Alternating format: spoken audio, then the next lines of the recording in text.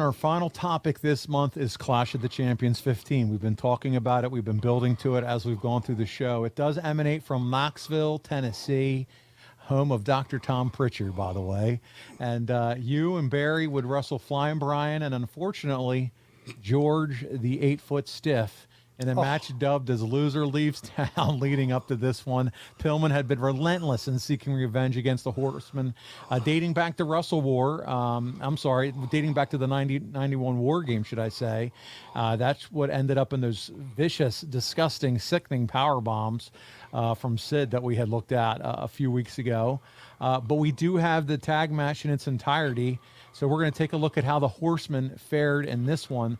This is Clash of the Champions, our final clip of the week from June 15th, 1991. Here we go. You take a look at the former Cincinnati Bengal and the world's largest athletes. And yes, they are risking their careers, the Knoxville note will tell you. But you know, I think they have a very close friendship, and that may propel them to a win. It all started back, you know, in February at Wrestle War when the big guy came and helped Flying Brian out of the War Games.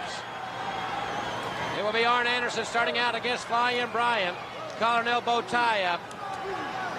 Anderson trying to go for the left. Flying Brian catching with a chop. Those Ric Flair-like chops from Flying Brian are really something else. He's going for the pin early. He's got both arms hooked there. Anderson up. Good veteran move. He's got the leg hooked again and not wasting any time going for the pinning predicament. Was not a good strategy move by Arn Anderson to try to duke it out with Flying Brian. As we know, he can hit you and wants to hit you too. What impact here on TBS and WCW. Windham missed the lariat. Spinning karate kick by Flying Brian. Trying to pin his arch rival Barry Windham. Windham, the great second-generation wrestler, 278 from Sweetwater, Texas. Oh, what a right hand. Big-time right by Barry Windham, and another one. And Flying Brian at 227 is the smallest man in the match, and there's a modified DDT by Barry Windham. Pillman may be pinned here, and he kicked out, got a shoulder up. Interesting strategy from Flying Brian and from El Gigante to start out with Flying Brian, because that's exactly what Arn and Barry want. They want the smaller of the two men in there to try to do as much damage as possible. I think Flying Brian, once again, as we have seen earlier on with Sting, has let his emotions carry him away here. Flying Brian caught the knee right to the solar plexus, and Arn Anderson, a real ground specialist, going up to the top rope, and he's drop kick. Oh, Anderson drop kick right off the top. Flying Brian, Eric Pillman just flew into Knoxville. Up and over. Oh, what a high-risk move.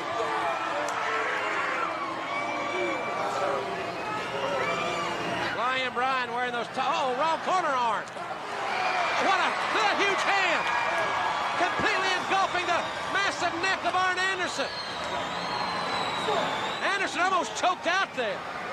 Well, Brian letting his emotions now get with him, and oh, look at this.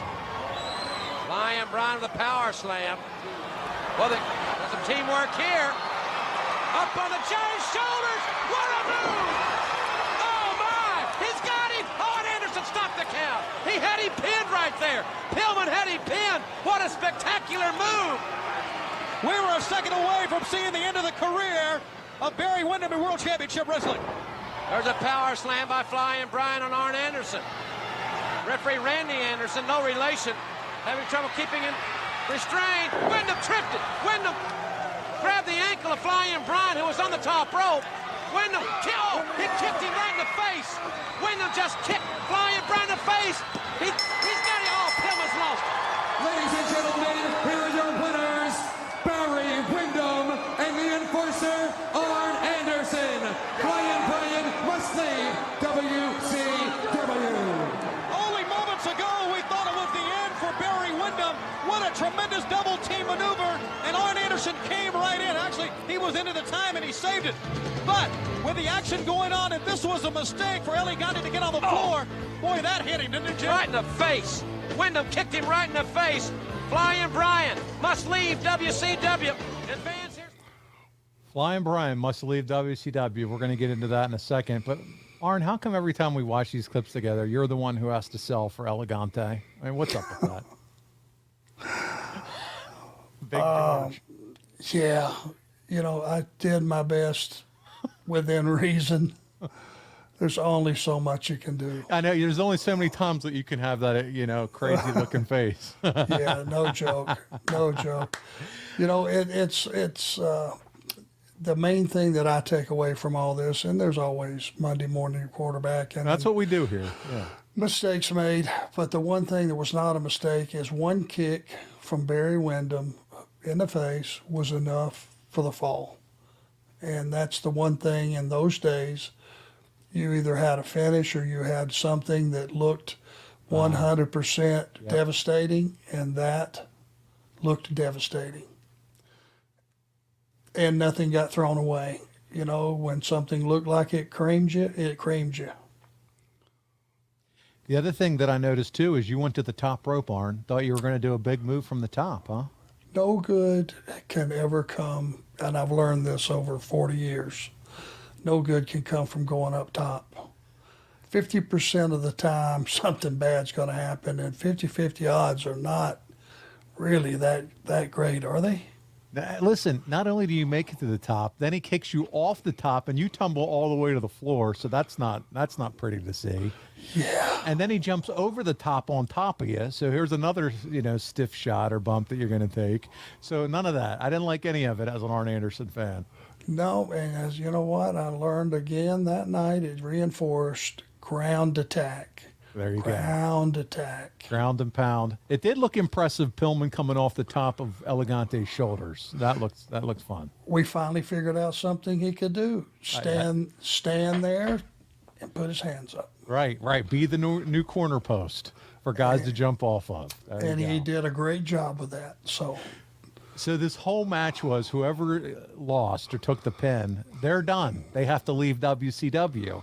So I don't know if you remember this or not, Arn, but because of that, that's when we would see the arrival of the yellow dog gimmick that Brian Pillman would come back as, since he had to leave town. Do you remember when he was yellow dog? Do you remember that? I do. What do you make of that creative double-A, yellow dog?